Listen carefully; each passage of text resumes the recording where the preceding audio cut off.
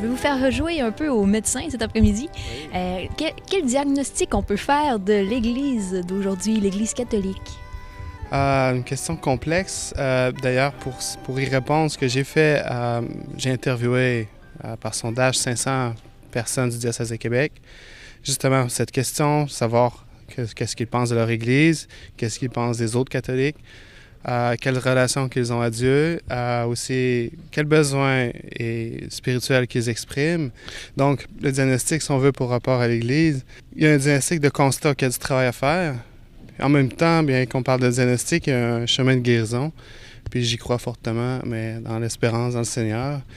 Mais il nous demande de faire peut-être un peu de travail d'introspection pour nous tourner vers l'avenir, sans nécessairement négliger l'ampleur du travail qu'il a effectué. J'aime mieux vivre aujourd'hui qu'il y a 50 ans, dans mon Église, qui bouge, qui vit des difficultés qui sont très grandes. Et quand je parle de mon Église, c'est mon Église au Québec.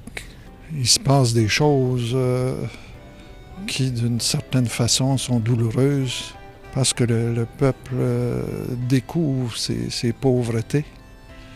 En particulier, les églises qui étaient pleines sont vidées. Mais pour moi, c'est plus sain que d'avoir des églises pleines et que ce soit la pression sociale qui tienne des gens dans l'Église. Les gens sont à l'extérieur pour la même raison, c'est les pressions sociales. La mode a changé de bord ou les pressions ont changé de bord. De telle sorte que ceux qui s'engagent ou celles qui s'engagent en Église, ils le font par conviction.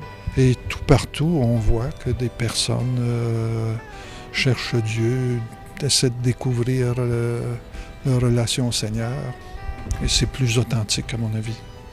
L'Église actuelle semble en difficulté, un peu dans un état de crise. Mais je pense que c'est davantage un passage, on dirait de l'Ancien Testament au Nouveau Testament, mais dans le sens d'un passage où est-ce qu'on aura peut-être à laisser des choses pour s'ouvrir à du neuf, à du différent, à cause de la société qui a évolué très vite. On entend parler beaucoup de petites choses qui se font dans les paroisses, dans les groupes communautaires. Alors, c'est une parole qui se dit différemment. On dit que les églises sont vides, mais à quelque part, il y a beaucoup de petites églises qui naissent au niveau des petits groupes de partage, dans les familles, dans les rencontres sociales. Parce que pour moi, la parole qui circule, la parole qui se dit, la charité aussi, la solidarité qui se crée, c'est pour moi l'Église, la façon à l'Église d'être vivante. Alors l'Église du Québec, je la vois en chemin, en passage, en conversion. Il y a un temps qui est passé et je pense que nous avons pris le tournant. Il y a du neuf qui est en train de germer et nous cheminons dans une étape où on ne sait pas trop encore où aller, mais où on entrevoit déjà une lumière vers la terre promise.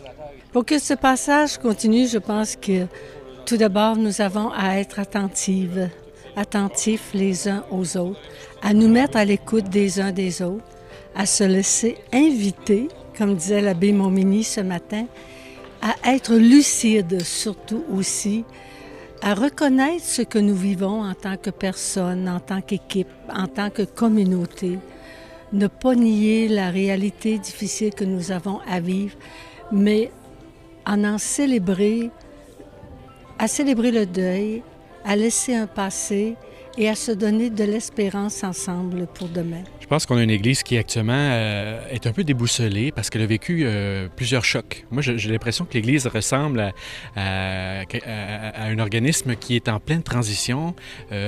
Beaucoup de choses à assimiler, beaucoup de choses à vivre en même temps. Je pense qu'il y a des deuils, il y a des blessures, il y a en même temps une vie qui est là et qui est magnifique. L'Église actuelle, moi, je la trouve fragile. Et je ne suis pas déçu de sa fragilité. Au contraire, je pense que c'est une occasion qu'elle vit en ce moment de peut-être se décentrer à nouveau d'elle-même. J'ai l'impression que l'Église, quand on a des moyens, c'est normal, on fait ce qu'on a à faire, on avance, on se pose pas trop de questions. Le monde actuel, la situation actuelle demande à notre Église un temps d'arrêt, un temps d'humilité, un temps de reprise, de retour à l'essentiel.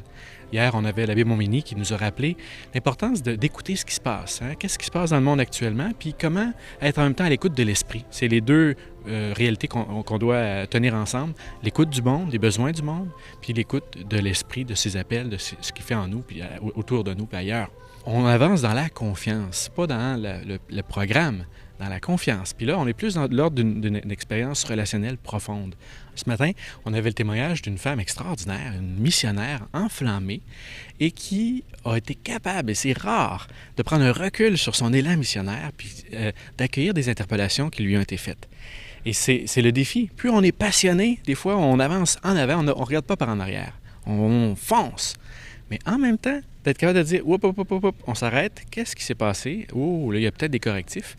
Et de développer une attitude que j'appellerais missionnaire, moi, dans le monde d'aujourd'hui, c'est celle de dire, je carbure à la passion, l'enthousiasme qui m'habite, puis en même temps, j'ai suffisamment d'humilité pour pas croire, en tout cas m'illusionner, que je l'ai l'affaire, puis que c'est comme ça que ça doit se passer.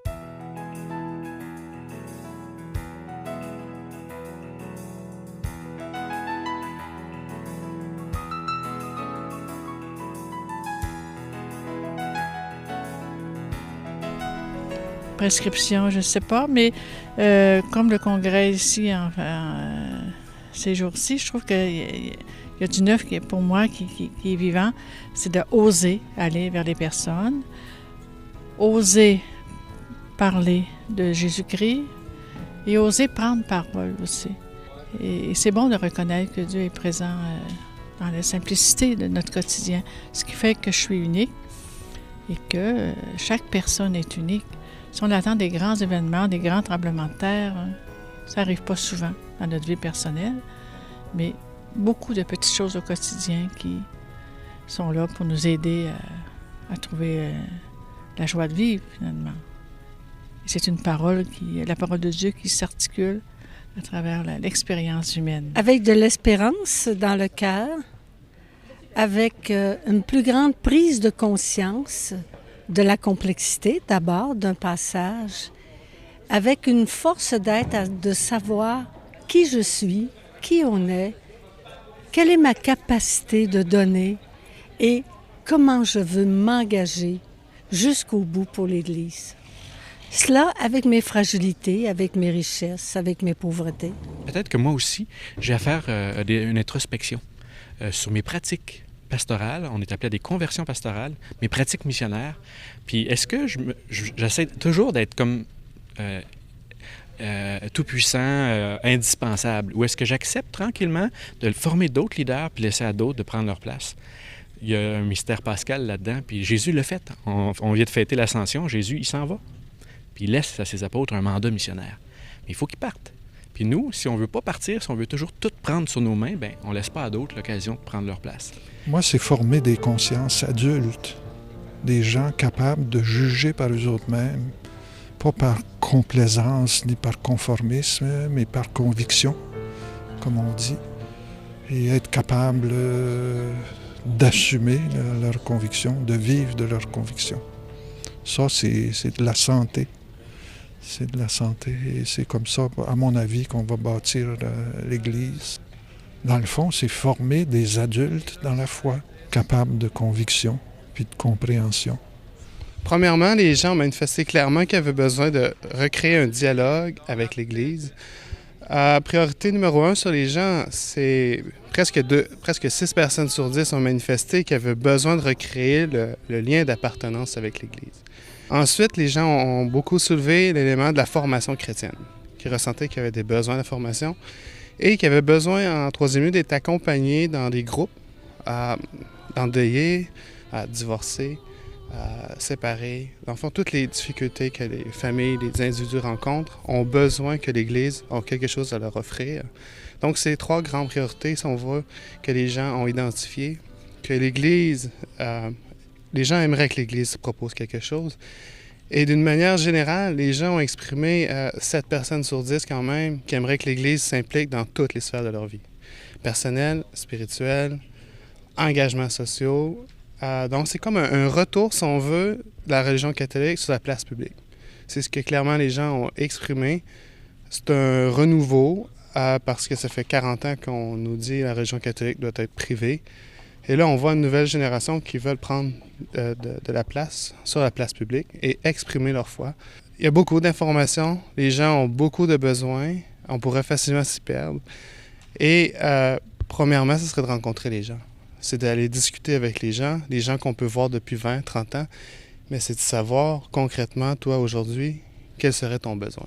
C'est vraiment un processus de dialogue, communication, recréer les liens. Et je dirais aussi, les gens ont beaucoup exprimé manque de confiance envers l'Église, de recréer ces confiances-là. Pour moi, c'est très important pour la nouvelle évangélisation de vraiment obtenir, si on veut, la confiance des gens.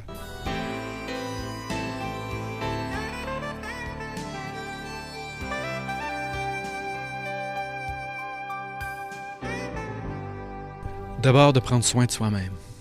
De prendre soin de soi. Saint Paul le disait à Timothée, prends soin de toi et de ceux que le Seigneur t'a confiés. Donc, le missionnaire doit prendre soin, le pasteur doit prendre soin de ceux qui lui sont confiés et prendre soin de lui-même. Et ça veut dire un travail permanent de conversion, mais pas de manière comme si on en avait un test à passer. Là. C'est pas ça. C'est d'être dans un mode d'apprentissage. Un apprentissage bienveillant. Dieu, il n'est pas là pour nous demander un compte sur notre performance apostolique, mais il nous invite à la fidélité. C'est pas la performance, la fidélité. Alors, suis avec moi, avance avec moi, puis on va apprendre ensemble.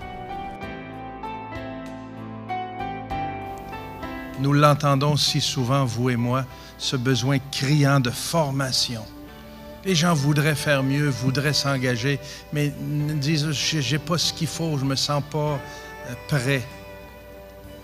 Je rends grâce à Dieu pour ces 2 journées et pour tout ce travail gigantesque qui s'est fait pour nous préparer et nous livrer des outils pour poursuivre notre mission.